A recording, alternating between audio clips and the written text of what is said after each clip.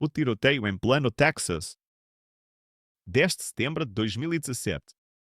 No tranquilo subúrbio de Plano, no Texas, um grupo de amigos reuniu-se para ver um jogo de futebol americano ao domingo à noite. A anfitriã, Meredith Lane, tinha acabado de finalizar o divórcio e queria recomeçar a vida. Ela convidou amigos próximos, vizinhos e alguns colegas de trabalho para comer, beber e ver futebol na televisão. Apareceram cerca de 10 pessoas. A noite começou de forma tranquila. Risadas, música e o cheiro de comida grelhada enchiam o quintal. Pouco depois das 8 da noite, o ex-marido de Meredith, Spencer Haight, apareceu à porta da frente. Alguns dos convidados conheciam-no, outros não. Ele tinha sido casado com Meredith durante 6 anos, mas a relação deles desmoronou-se após problemas financeiros e sinais de instabilidade emocional. Meredith tinha contado aos amigos que já não se sentia segura perto dele. Quando ele chegou sem ser convidado, ela tentou falar calmamente na esperança de evitar uma cena. Mas o Spencer trazia 2 pistolas. Em segundos, a noite transformou-se em caos. Os convidados correram para o quintal quando os tiros começaram dentro de casa. Mais tarde, a polícia encontrou provas de que ele se deslocou metodicamente de divisão em divisão, disparando sobre quem encontrava. Um homem tentou proteger outro convidado. Ambos foram mortos. A música ainda tocava ao fundo quando os vizinhos ligaram para o 112. A polícia chegou em poucos minutos. Do exterior conseguiram ver corpos através da janela e ouviram um último disparo, com Spencer a virar a arma contra si próprio lá dentro. 9 pessoas morreram, incluindo o atirador. O chão da sala estava coberto de cadeiras viradas, pratos partidos e bebidas entornadas. No rescaldo, os investigadores descreveram o caso como um dos tiroteios em massa mais mortais da história de Plano. Amigos disseram que a Meredith estava a reconstruir a sua vida, a frequentar novas aulas e a planear mudar-se. O jogo de futebol ficou em pausa no ecrã da televisão, congelado no momento em que o riso parou. O colapso da varanda em Christchurch. 4 de dezembro de 2016. Em Christchurch, na Nova Zelândia, uma festa de 21º aniversário reuniu dezenas de convidados numa casa de 2 andares, perto do centro da cidade. A anfitriã, uma estudante universitária chamada Amber, tinha convidado amigos, colegas de turma e familiares para o que se previa ser uma noite alegre de dança e música. À medida que a meia-noite se aproximava, a multidão começou a sair para a varanda do andar de cima. Era uma noite quente de verão. As pessoas encostavam-se ao corrimão, cantando e tirando fotografias. Pelo menos 30 pessoas enchiam o deck de madeira, rindo e balançando ao ritmo da música. A velha estrutura rangia com o peso, mas ninguém reparou. Depois, sem aviso, toda a varanda cedeu. O som da madeira a estalar foi seguido por gritos, enquanto dezenas de convidados caíam mais de 4 metros até ao cimento lá embaixo. Os serviços de emergência acorreram ao local. 2 pessoas morreram no local. Mais de 20 outras ficaram feridas, algumas com gravidade, presas debaixo da estrutura colapsada. Os que estavam no andar de cima e não caíram só conseguiram assistir em choque, segurando os telemóveis com as mãos a tremer enquanto pediam ajuda. Mais tarde, os investigadores descobriram que a varanda tinha sido construída há décadas e não tinha sido devidamente mantida. A podridão e a corrosão tinham enfraquecido as vigas principais de suporte. A combinação da idade, da umidade e do peso dos convidados revelou-se fatal. Nos dias seguintes, a tragédia desencadeou uma conversa nacional sobre a segurança dos edifícios. As câmaras municipais começaram a inspecionar casas antigas usadas para festas de estudantes e arrendamentos.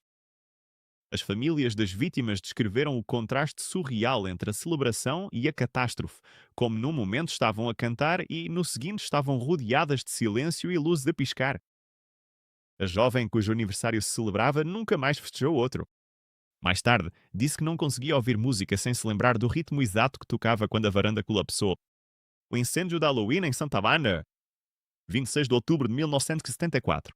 Em Isla Vista, Califórnia, perto da Universidade da Califórnia, Santa Bárbara, centenas de estudantes percorriam as ruas mascarados. O fim de semana do Halloween tinha se tornado uma tradição caótica na zona. Nessa noite, um grupo de estudantes organizou uma grande festa de disfarces na cave de uma casa de 3 andares na Saturday Road. O evento reuniu mais de 70 pessoas, muito mais do que a pequena cave podia suportar em segurança. O espaço estava decorado com folhas de plástico preto e velas. O ar estava carregado de fumo de cigarro. Por volta da meia-noite, alguém acidentalmente derrubou uma vela sobre um lençol pendurado perto das escadas. Em segundos, as chamas espalharam-se pelo teto baixo. A multidão, apertada ombro a ombro, entrou em pânico. As pessoas gritavam e empurravam-se em direção à estreita escadaria. A única saída ficou rapidamente bloqueada. Fumo denso encheu a cave e as luzes apagaram-se. Muitos tentaram alcançar as pequenas janelas, mas não conseguiam passar por elas. Os bombeiros chegaram em poucos minutos, mas o incêndio já estava fora de controle. Quando finalmente conseguiram entrar, encontraram 12 pessoas mortas devido à inalação de fumo e queimaduras. A maioria tinha ficado presa junto à escadaria, a poucos metros da saída. A investigação revelou que não havia detectores de fumo a funcionar, nem extintores, e apenas uma saída. As decorações, feitas para tornar a cave mais escura e assustadora, aceleraram o incêndio.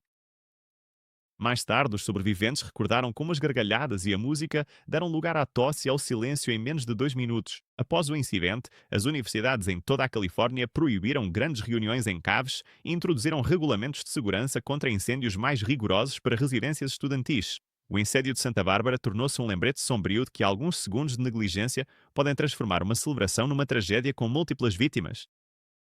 Mesmo décadas depois, sobreviventes que estiveram nessa festa diziam que o cheiro a fumo os fazia regressar instantaneamente àquela cave. O calor, a confusão e o barulho insuportável das pessoas a tentarem escapar por uma única porta. A tragédia do Airbnb em Brisbane. 21 de agosto de 2021. No tranquilo subúrbio de Newstead, em Brisbane, um grupo de adolescentes alugou um apartamento de luxo no Airbnb para celebrar o aniversário de um amigo. O anúncio mostrava uma piscina no terraço, vistas para a cidade e espaço para 8 hóspedes. Mas, à meia-noite, já tinham chegado mais de 30 pessoas. Os vizinhos relataram música alta e gritos e pessoas penduradas na grade da varanda. Entre os convidados estava Liam Thompson, de 19 anos, um aprendiz local que se juntou ao grupo com alguns amigos. Vídeos encontrados mais tarde nas redes sociais mostravam pessoas a dançar e a subir para a beira da varanda para tirar fotografias.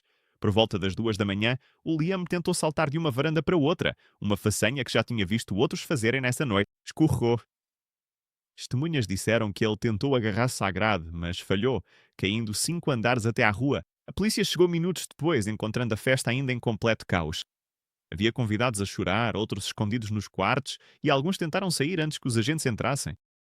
Os paramédicos declararam Liam morto no local. O caso espalhou-se rapidamente pelas notícias australianas, gerando debates sobre a segurança dos alojamentos de curta duração e festas de jovens durante as restrições da pandemia. O anfitrião do Airbnb afirmou que não fazia ideia de que os hóspedes planeavam dar uma festa. A empresa acabou por remover o anúncio e introduziu uma verificação de identidade mais rigorosa para reservas feitas por jovens arrendatários. Os amigos descreveram a Liam como uma pessoa enérgica e bondosa, alguém que adorava fazer os outros rir. Os pais disseram que ele andava a juntar dinheiro para comprar o seu primeiro carro. A tragédia tornou-se mais um exemplo de como uma única decisão descuidada pode mudar tudo. Em Brisbane, um pequeno memorial de flores e fotografias continua a aparecer todos os anos junto à entrada do edifício. Os habitantes locais passam por ali sem saber que, lá em cima, numa varanda outra hora cheia de música, um momento de excitação pôs fim à vida de um jovem. A explosão da Casa O'Neill. 3 de março de 2019. No condado de Clare, na Irlanda, uma casa rural erguia-se na orla das terras agrícolas dos O'Neill. Nessa noite, um grupo de adolescentes locais reuniu-se lá enquanto os proprietários estavam ausentes. Alguém tinha encontrado uma botija de gás esquecida no barracão e decidiu usá-la como aquecedor improvisado porque a noite estava fria. A festa começou por volta das 9. Música alta tocava de um telemóvel ligado a colunas portáteis. Dezenas de garrafas vazias estavam espalhadas pelo chão. Por volta da meia-noite, um dos convidados tentou reacender um fogão portátil. Uma faísca incendiou o gás que se tinha vindo a acumular lentamente na cozinha. A explosão partiu vidros em toda a propriedade. O telhado colapsou parcialmente e as chamas engoliram o interior. 2 pessoas morreram instantaneamente. Várias outras, queimadas e desorientadas, conseguiram rastejar para fora antes de a casa ser totalmente consumida. Os bombeiros combateram o incêndio durante horas. De manhã, apenas as paredes exteriores continuavam de pé.